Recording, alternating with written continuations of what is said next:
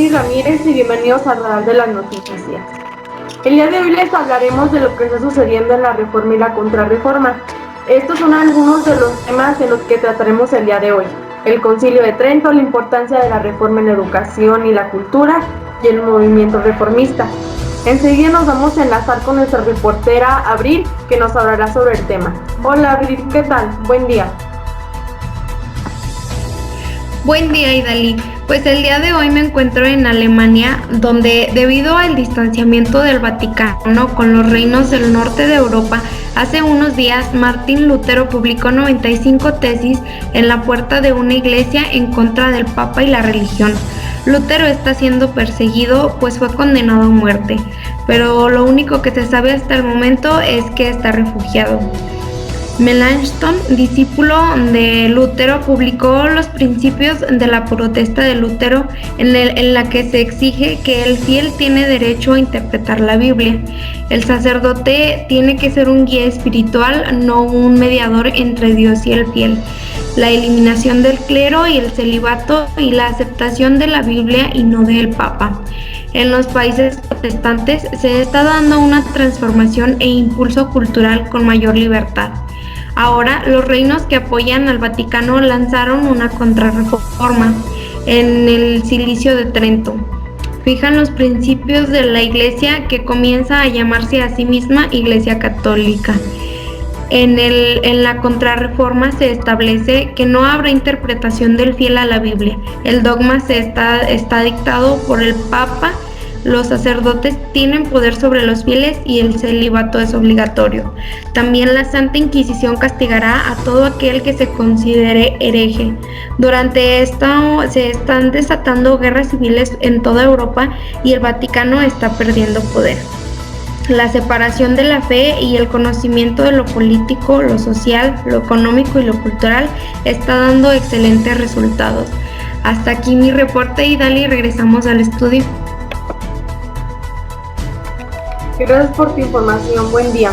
En otras noticias les informo que Martín Lutero está encabezando el movimiento reformista y está dando mucha importancia a los conocimientos adquiridos en la lectura.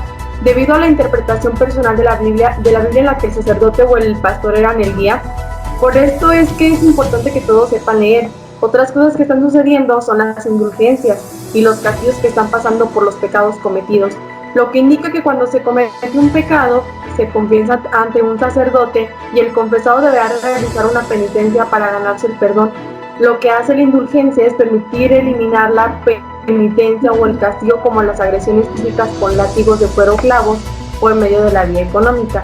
Lo que quiere decir que pues las indulgencias nos van a ayudar para que estos castigos se erradiquen y podamos establecerlo por medio de la vía económica. Como nos comentaba Abril, Martín Lutero publicó sus 95 tesis en contra de la Iglesia, y para que estas fueran más notables, las clavó en las puertas de las iglesias para que todos los ciudadanos pudieran verlas. Nuestra siguiente reportera, Sandy, nos tocará el tema de la reforma y la educación. Hola Sandy, ¿cómo te encuentras allí en Europa? Hola, muy bien, Idalí. Buen día. Gracias. Pues con el tema de reforma y contrarreforma acá en Europa surge la nueva reforma para la educación y la cultura europea, la cual es de suma importancia, ya que además de estar promoviendo la lectura, hace hincapié en la educación, ya que debe ser para todos.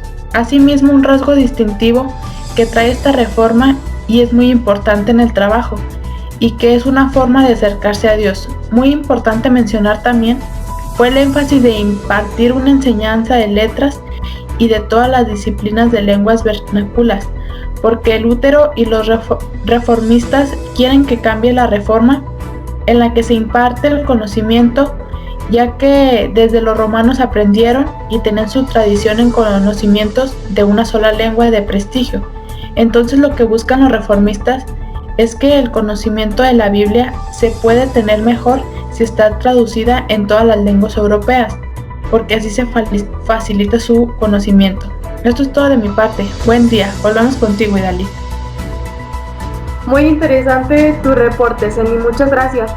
Nos vamos a enlazar ahora con Berenice, que se encuentra al norte de Italia y nos informará lo que está pasando en el Concilio de Trento. Buen día, María, platícanos qué está sucediendo allá en el Concilio de Trento. Hola, ¿qué tal? Buen día. Me encuentro en el norte de Italia informándoles que la Iglesia ya fijó su postura ante esta reforma. Una de las principales medidas fue la creación de la Santa Inquisición, antes mencionada por mi compañera Abril, o el Santo Oficio también se le nombra. Esta es una institución que persigue y castiga a los infieles, en este caso a los reformistas, que se ha vuelto famosa por sus métodos creativos y brutales de tortura, para bien corregir a los infieles reformistas.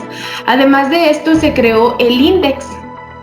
Este contiene un índice de libros prohibidos de contenido reformista, que a la postre también se haría famoso en el imaginario de la actualidad con las quemas de libros promovidas por la misma Iglesia. Les informo que la Iglesia creó una nueva orden religiosa que se encarga de formular las respuestas a las críticas reformistas y a educar a las grandes élites de los países católicos para impedir el contagio, así le llaman ellos el contagio protestante. Esta orden proviene de los jesuitas.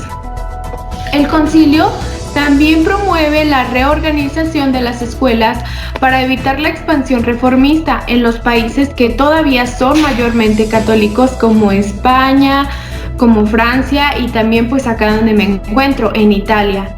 En las escuelas de las iglesias metropolitanas, así como en los monasterios más pobres, se reestructuró la enseñanza de la gramática, los textos sagrados y por supuesto de la teología.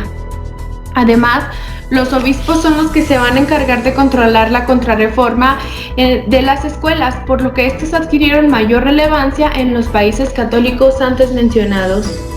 Y bien, pues ante todo esto, ¿cuál fue o cuál es el impacto en la reforma de la educación?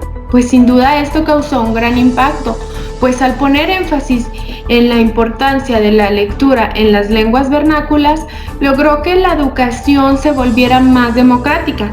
Su rápida expansión obliga a la Iglesia Católica a reformarse también. Esto ocurrirá y la transformación educativa se generalizará en toda Europa y en las colonias americanas. Y pues bueno, este fue mi reporte. Seguimos contigo en el estudio, Idalí.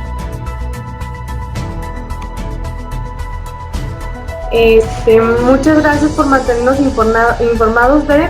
Y pues hasta aquí nuestra emisión del Radar de las Noticias. Muchas gracias por acompañarnos y nos vemos en una próxima emisión. Hasta pronto.